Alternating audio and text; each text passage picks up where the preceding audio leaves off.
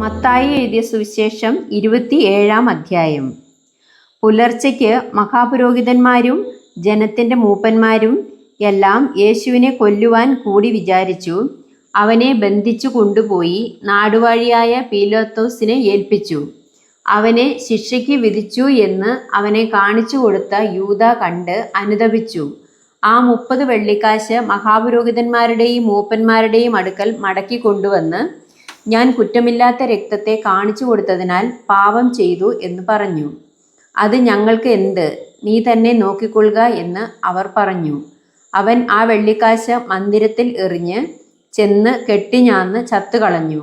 മഹാപുരോഹിതന്മാർ ആ വെള്ളിക്കാശെടുത്ത്, ഇത് രക്തവിലയാകയാൽ ശ്രീഭണ്ഡാരത്തിൽ ഇടുന്നത് വിഹിതമല്ല എന്ന് പറഞ്ഞ് കൂടിയാലോചിച്ച് പരദേശികളെ കുഴിച്ചിടുവാൻ അതുകൊണ്ട് കുശവന്റെ നിലം വാങ്ങി. ആകയാൽ ആ നിലത്തിന് ഇന്നുവരെ രക്തനിലം എന്ന് പേർ പറയുന്നു. ഇസ്രായേൽ മക്കൾ വിലമതിച്ചവന്റെ വിലയായ 30 വെള്ളിക്കാശ് അവർ എടുത്ത്, കർത്താവ് എന്നോട് അരുളി ചെയ്തതുപോലെ കുശവന്റെ നിലത്തിനു വേണ്ടി കൊടുത്തു എന്ന് യിരെമ്യാ പ്രവാചകൻ മുഖാന്തരം അരുളി ചെയ്തതിന് അന്ന് നിവൃത്തി വന്നു. എന്നാൽ യേശു നാടുവാഴിയുടെ മുമ്പാകെ നിന്ന്, നീ യഹൂദന്മാരുടെ രാജാവോ എന്ന് നാടുവാഴി ചോദിച്ചു. ഞാൻ ആകുന്നു എന്ന് യേശു അവനോട് പറഞ്ഞു. മഹാപുരോഹിതന്മാരും മൂപ്പന്മാരും കുറ്റം ചുമത്തുകയിൽ അവൻ ഒന്നും ഉത്തരം പറഞ്ഞില്ല. പീലാത്തോസ് അവനോട്, ഇവർ നിന്റെ നേരെ എന്തെല്ലാം സാക്ഷ്യം പറയുന്നു എന്ന് കേൾക്കുന്നില്ലയോ എന്ന് ചോദിച്ചു. അവൻ ഒരു വാക്കിനും ഉത്തരം പറയായികയാൽ നാടുവാഴി അത്യന്തം ആശ്ചര്യപ്പെട്ടു. എന്നാൽ ഉത്സവ സമയത്ത് പുരുഷാരം ഇച്ഛിക്കുന്ന ഒരു തടവുകാരനെ നാടുവാഴി വിട്ടയക്കുക പതിവായിരുന്നു. അന്ന് ബറാബാസ് എന്ന് ശ്രുതിപ്പെട്ട ഒരു തടവുകാരൻ ഉണ്ടായിരുന്നു. അവർ കൂടി വന്നപ്പോൾ പീലാത്തോസ് അവരോട്, ബറാബാസിനെയോ ക്രിസ്തു എന്ന് പറയുന്ന യേശുവിനെയോ ആരെ നിങ്ങൾക്ക് വിട്ടു തരേണം എന്ന് ചോദിച്ചു. അവർ അസൂയ കൊണ്ടാകുന്നു അവനെ ഏൽപ്പിച്ചത് എന്ന് അവൻ ഗ്രഹിച്ചിരുന്നു. അവൻ ന്യായാസനത്തിൽ ഇരിക്കുമ്പോൾ അവൻ്റെ ഭാര്യ ആളയച്ച്, ആ നീതിമാന്റെ കാര്യത്തിൽ ഇടപെടരുത്, അവൻ നിമിത്തം ഞാൻ ഇന്ന് സ്വപ്നത്തിൽ വളരെ കഷ്ടം സഹിച്ചു എന്ന് പറയിച്ചു. എന്നാൽ ബറബാസിനെ ചോദിപ്പാനും യേശുവിനെ നശിപ്പിപ്പാനും മഹാപുരോഹിതന്മാരും മൂപ്പന്മാരും പുരുഷാരത്തെ സമ്മതിപ്പിച്ചു. നാടുവാഴി അവനോട്, ഈ ഇരുവരിൽ ഏവനെ വിട്ടുതരണമെന്ന് നിങ്ങൾ ഇച്ഛിക്കുന്നു എന്ന് ചോദിച്ചതിന് ബറബാസിനെ എന്ന് അവർ പറഞ്ഞു. പീലാത്തോസ് അവരോട്, എന്നാൽ ക്രിസ്തു എന്ന ഈ യേശുവിനെ എന്ത് ചെയ്യേണ്ടു എന്ന് ചോദിച്ചതിന് അവനെ ക്രൂശിക്കണം എന്ന് എല്ലാവരും പറഞ്ഞു. അവൻ ചെയ്ത ദോഷമെന്ത് എന്ന് അവൻ ചോദിച്ചു. അവനെ ക്രൂശിക്കണം എന്ന് അവർ ഏറ്റവും നിലവിളിച്ചു പറഞ്ഞു. ആരവാരം അധികമാകുന്നതല്ലാതെ ഒന്നും സാധിക്കുന്നില്ല എന്ന് പീലാത്തോസ് കണ്ടിട്ട് വെള്ളമെടുത്ത് പുരുഷാരം കാൺകെ കൈ കഴുകി, ഈ നീതിമാന്റെ രക്തത്തിൽ എനിക്ക് കുറ്റമില്ല, നിങ്ങൾ തന്നെ നോക്കിക്കൊള്ളുവിൻ എന്ന് പറഞ്ഞു. അവൻ്റെ രക്തം ഞങ്ങളുടെ മേലും ഞങ്ങളുടെ മക്കളുടെ മേലും വരട്ടെ എന്ന് ജനമൊക്കെയും ഉത്തരം പറഞ്ഞു. അങ്ങനെ അവൻ ബറാബാസിനെ അവർക്ക് വിട്ടുകൊടുത്തു. യേശുവിനെ ചമ്മട്ടി കൊണ്ട് അടിപ്പിച്ച് ക്രൂശിക്കേണ്ടതിന് ഏൽപ്പിച്ചു. അനന്തരം നാടുവാഴിയുടെ പടയാളികൾ യേശുവിനെ ആസ്ഥാനത്തിലേക്ക് കൊണ്ടുപോയി പട്ടാളത്തെ എല്ലാം അവൻ്റെ നേരെ വരുത്തി. അവൻ്റെ വസ്ത്രം അഴിച്ച് ഒരു ചുവന്ന മേലങ്കി ധരിപ്പിച്ചു. മുള്ളുകൊണ്ട് ഒരു കിരീടമെടഞ്ഞ് അവൻ്റെ തലയിൽ വച്ചു. വലങ്കയിൽ ഒരു കോലും കൊടുത്തു. അവൻ്റെ മുമ്പിൽ മുട്ടുകുത്തി, യഹൂദന്മാരുടെ രാജാവേ, ജയ ജയ എന്ന് പരിഹസിച്ചു പറഞ്ഞു. പിന്നെ അവൻ്റെ മേൽ തുപ്പി കോലെടുത്ത് അവൻ്റെ തലയിൽ അടിച്ചു. അവനെ പരിഹസിച്ചു തീർന്നപ്പോൾ മേലങ്കി നീക്കി അവൻ്റെ സ്വന്തം വസ്ത്രം ധരിപ്പിച്ച് ക്രൂശിപ്പാൻ കൊണ്ടുപോയി. അവർ പോകുമ്പോൾ ശീമോൻ എന്നു പേരുള്ള കുറേനക്കാരനെ കണ്ടു. അവൻ്റെ ക്രൂശ് ചുമപ്പാൻ നിർബന്ധിച്ചു. തലയോടിടം എന്നർത്ഥമുള്ള ഗൊൽഗോഥ എന്ന സ്ഥലത്ത് എത്തിയപ്പോൾ അവന് കയ്പ് കലക്കിയ വീഞ്ഞു കുടിപ്പാൻ കൊടുത്തു.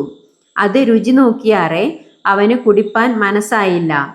അവനെ ക്രൂശിൽ തറച്ച ശേഷം അവർ ചീട്ടിട്ട് അവൻ്റെ വസ്ത്രം പകുത്തെടുത്തു. അവിടെ ഇരുന്നു കൊണ്ട് അവനെ കാത്തു. യഹൂദന്മാരുടെ രാജാവായ യേശു എന്ന് അവൻ്റെ കുറ്റസംഗതി എഴുതി അവൻ്റെ തലയ്ക്ക് മീതെ വച്ചു.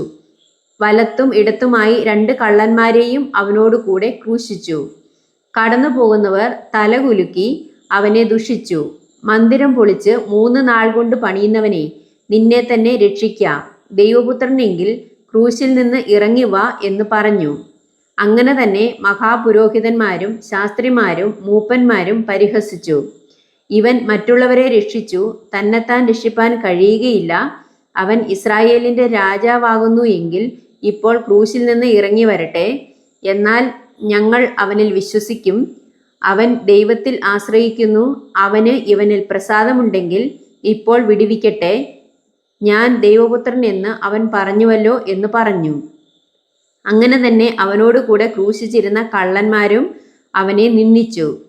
6 മണി നേരം മുതൽ 9 മണി നേരം വരെ ദേശത്ത് എല്ലാം ഇരുട്ടുണ്ടായി. ഏകദേശം 9 മണി നേരത്ത് യേശു ഏലി ഏലി ലമ്മ ശബക്താനി എന്ന് ഉറക്കെ നിലവിളിച്ചു. എൻ്റെ ദൈവമേ, എൻ്റെ ദൈവമേ, നീ എന്നെ കൈവിട്ടത് എന്ത് എന്നർത്ഥം. അവിടെ നിന്നിരുന്നവരിൽ ചിലർ അത് കേട്ടിട്ട് അവൻ ഏലിയാവെ വിളിക്കുന്നു എന്ന് പറഞ്ഞു. ഉടനെ അവരിൽ ഒരുത്തൻ ഓടി ഒരു സ്പോങ് എടുത്ത് പുളിച്ച വീഞ്ഞ് നിറച്ച് ഓടത്തണ്ടിന്മേലാക്കി അവന് കുടിപ്പാൻ കൊടുത്തു. ശേഷമുള്ളവർ, നിൽക്ക, ഏലിയാവ് അവനെ രക്ഷിപ്പാൻ വരുമോ എന്ന് നോക്കാം എന്ന് പറഞ്ഞു. യേശു പിന്നെയും ഉറക്കെ നിലവിളിച്ചു പ്രാണനെ വിട്ടു. അപ്പോൾ മന്ദിരത്തിലെ തിരശ്ശീല മേൽതൊട്ട് അടിയോളം 2 ചീന്തിപ്പോയി. ഭൂമി കുലുങ്ങി, പാറകൾ പിളർന്നു, കല്ലറകൾ തുറന്നു. നിദ്ര പ്രാപിച്ച വിശുദ്ധന്മാരുടെ ശരീരങ്ങൾ പലതും ഉയർത്തെഴുന്നേറ്റ് അവൻ്റെ പുനരുത്ഥാനത്തിൻ്റെ ശേഷം കല്ലറകളെ വിട്ട് വിശുദ്ധ നഗരത്തിൽ ചെന്നു പലർക്കും പ്രത്യക്ഷമായി. ശതാധിപനും അവനോടുകൂടെ യേശുവിനെ കാത്തു നിന്നവരും ഭൂകമ്പം മുതലായി സംഭവിച്ചത് കണ്ടിട്ട് അവൻ ദൈവത്തിൻ്റെ പുത്രൻ ആയിരുന്നു സത്യം എന്ന് പറഞ്ഞ് ഏറ്റവും ഭയപ്പെട്ടു. ഗലീലയിൽ നിന്ന് യേശുവിനെ ശുശ്രൂഷിച്ചും കൊണ്ട് അനുഗമിച്ചു വന്ന പല സ്ത്രീകളും ദൂരത്ത് നിന്ന് നോക്കിക്കൊണ്ടിരുന്നു.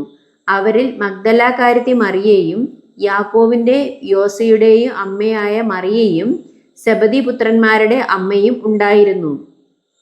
സന്ധ്യയായപ്പോൾ അരിമത്യക്കാരനായ യോസേഫ് എന്ന ധനവാൻ താനും യേശുവിൻ്റെ ശിഷ്യനായിരിക്കുകയാൽ വന്ന് പീലാത്തോസിൻ്റെ അടുക്കൽ ചെന്ന് യേശുവിൻ്റെ ശരീരം ചോദിച്ചു. പീലാത്തോസ് അത് ഏൽപ്പിച്ചു കൊടുപ്പാൻ കൽപ്പിച്ചു.